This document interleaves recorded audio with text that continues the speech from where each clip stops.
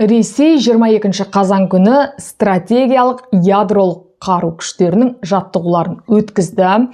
Трамп пен Зеленский Вашингтонда кездесті, бірақ Венгрияда жоспарланған Трамп пен Путиннің кездесуі болған жоқ.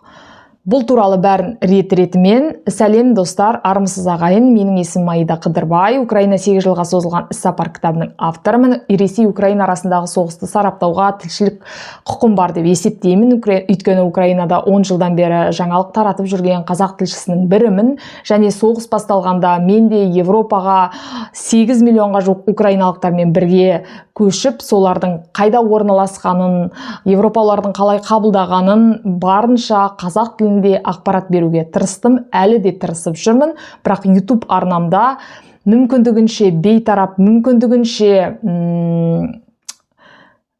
жан-жақты жаңалық жазуға тырысып жүрмін. Өйткені қазір бәрібірде ақпараттық соғыстың кезеңі, гибридтік соғыстың кезеңі, сондықтан ана тілдегі, қазақ тілдегі жаңалықтардың да 5 қару түгел болуы тиіс. Ол үшін сіздердің көмектеріңіз де қажет. Комментарий жазыңыздар. Осы шығарылымды көріп отырып арнама жазылыңыздар. Бұл YouTube алгоритмі бойынша бұл жаңалықты алға жылжытуға барынша септігін тигізеді. Сонымен Ресей 22 қазан күні ядролық күштерінің жаттығуларын өткізді. Бұл жерде жаңағы теңізден, ядролық субмариналардан, содан кейін жерден миссиялық ішкі баллистикалық зымырандар және әуе арқылы бомбардировщиктерден құралған жаңағы қарулардың жаттығу өтті. Ресей қорғаныс министрлігі бұларды ядролық күштердің жедел әзірлігін және басқару құрылымын тексеру мақсатында өткіздік деп жариялады. Ал Путиннің айтуынша бұл жаттығулар жаңағы жоспарланған және қалыпты түрде өтіп жатқан әскери әзірлік екен. Мен сіздерге айта кеткім келеді. Достар, осыдан 4 жыл бұрын Ресей Украинаға баса көктеп кірмес бұрын жаңағы Беларусьпен шекарада осындай жаттығу өткізген еді. Ол кезде ядролық емес, 300 мыңға жуық жаңағы Ресейдің әскері дәл Беларусь пен Украина тұсындағы шекара маңында әскери жаттығу өткізген еді. Сол кезде де жаңағы Путин бұл тек қана жаттығу, сол кезде де Ресейдің қорғаныс министрлігі бұл тек қана жаттығу деп жалтарған еді. Сондықтан осы жолы 22 қазан күні Ресей жаңағы ядролық күштерінің жаттығуларын өткізді. Бұл өте қауіпті. Сондықтан да Трамптың Путиннен көңілі қалған сияқты Венгрияда алдын ала біршама тексеріп көрді. Бәлкім соғысты тоқтатуға Путиннің ықпалы бар, Путиннің жаңағы көңілі бар ма деген сияқты. Бірақ білесіздер, Путин соғысты тоқтатуға мүдделі емес. Өйткені қаншама миллион адам Ресейге қайтып келгеніне мүдделі емес. Путинде бәрі жақсы, ақшасы келіп жатыр, жаңағы халықтың кедейленіп жатқанына ол аса да алаңдамайды. Қаншама олигархтар жаңағы соғысты қолдауға, Путинді қолдауға кет әрі емес. Сондықтан дәл қазір Киев black out, свет жоқ, жарық жоқ, жылу жоқ. 5-6 сағатқа дейін барынша тек қана Киев емес, Украинаның жаңағы 24 өңірі дейікші, соның 15 өңірі қазір қып-қызыл оттың астында. Бүгін осы видеоны жазып отырған кезде жаңағы Киевтің қақ ортасында өзімнің қызым жаңағы балабақшаға барған жерге шахеттің сынығы ұшып келіп түсті. Қаншама 21 адам запа шекті. Жалпы Киевте күнделікті қазір Ресейдің оғы өте қатты жаңағы келіп жатыр қалаға. Бұл тек қана Киев, Харьковтағы видеоларды тіпті көрсең жүрегің ауырады. Ол жерге де балабақшаға келген, яғни Майдан шебінде ресейліктердің қандай да бір жетістігі жоқ. Покровск бағыты бойынша жаңағы соғыс 1 жыл болды жүріп жатқаннан, ол тек қана бір бағыт, бір Покровскны аламай жүрген ресейліктер әрине бейбіт тұрғындарды атқылауға алдына жан салмайды.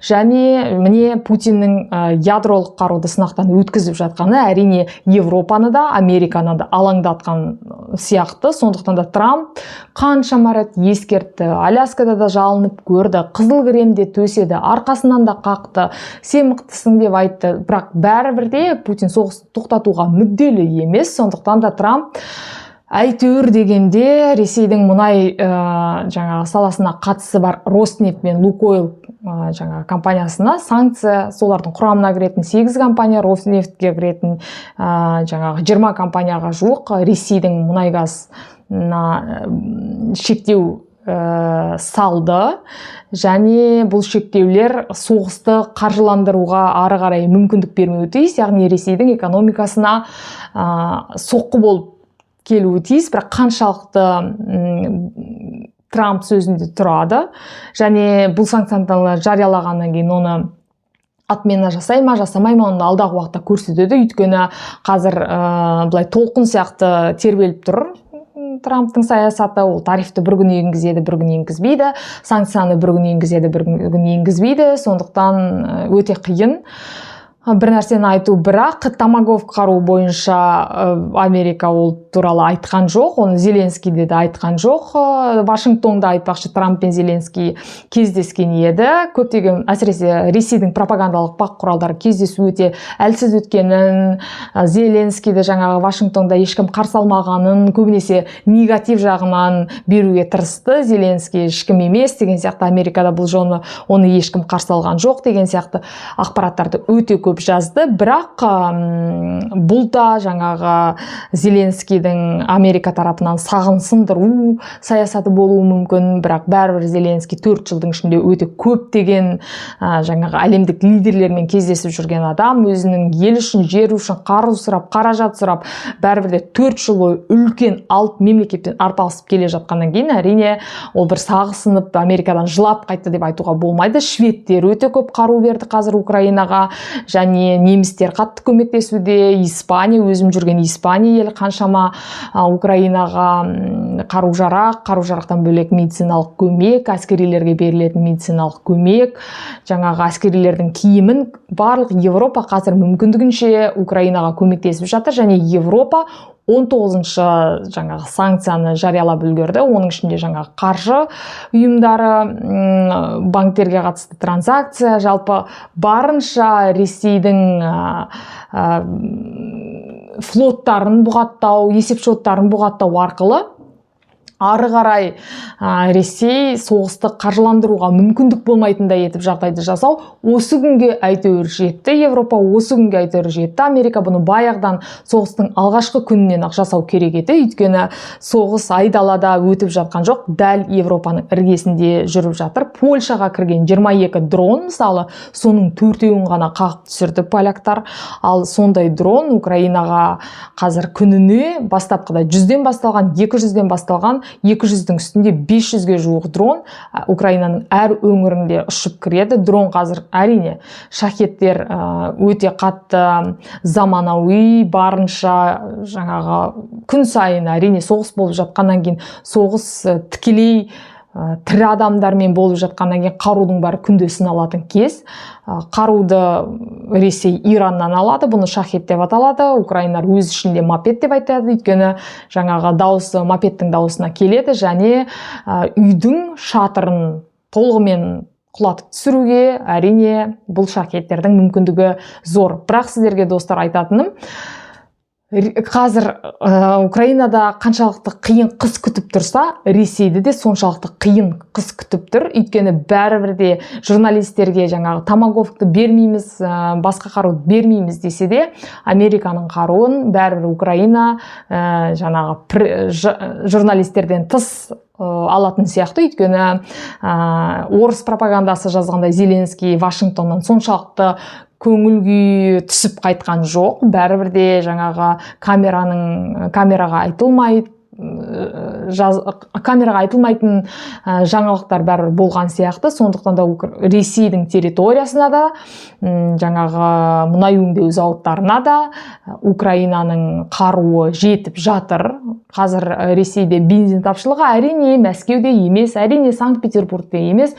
Сондықтан да оны көбінесе орыстар толығымен сезген жоқ.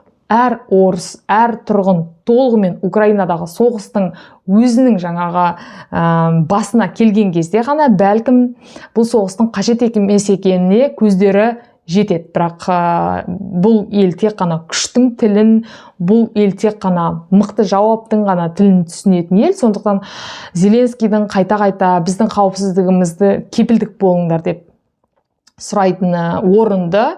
Өйткені қазір Украинаның егемендігі үшін, тәуелсіздігі үшін тек қана Украинаның әскері жауап береді. Ал Украинаның әскері дегеніміз не? Ол әрине қару. Өйткені қаншама мың долларды қаржыландырып, Ресей барынша, әсіресе қыс алдында энергия жүйелерін, жылу жүйелерін қаншақты атқылайды. Украинаны тек қана жылу қазандықтар ғана емес, сонымен қатар балабақша, мүмкіндігінше жаңағы адам көп жүретін жер, мүмкіндігінше Украин халқының сағын сындыру, жаңағы алаңға шықса екен, майданға шықса екен, Зеленскийдің көзін құртса екен деген сияқты мақсат бәрібір де бар.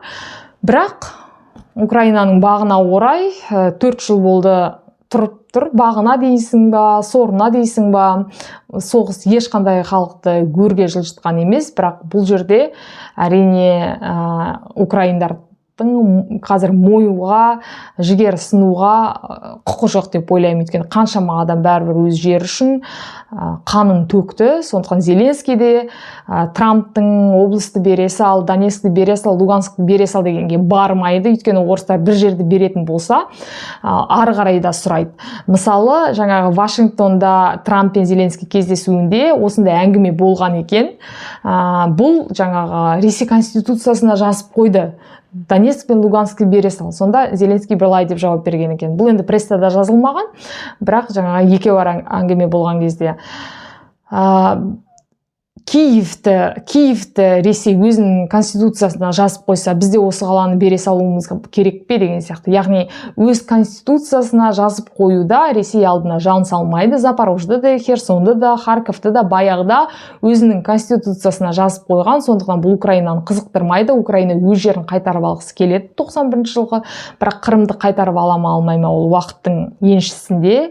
Бірақ Запорожье өңірі, Херсон өңірі, Харьков өңірі, жалпы Украинаның 24 өңірі бұл Украинаның жері, және сол үшін 4 жыл бойы Украинаның әскерлері жан алып, жан беріп келе жатыр. Әзірге осындай ақпарат, сіздерден комментарий күтем. Келесі кездескенше аман сау болайық.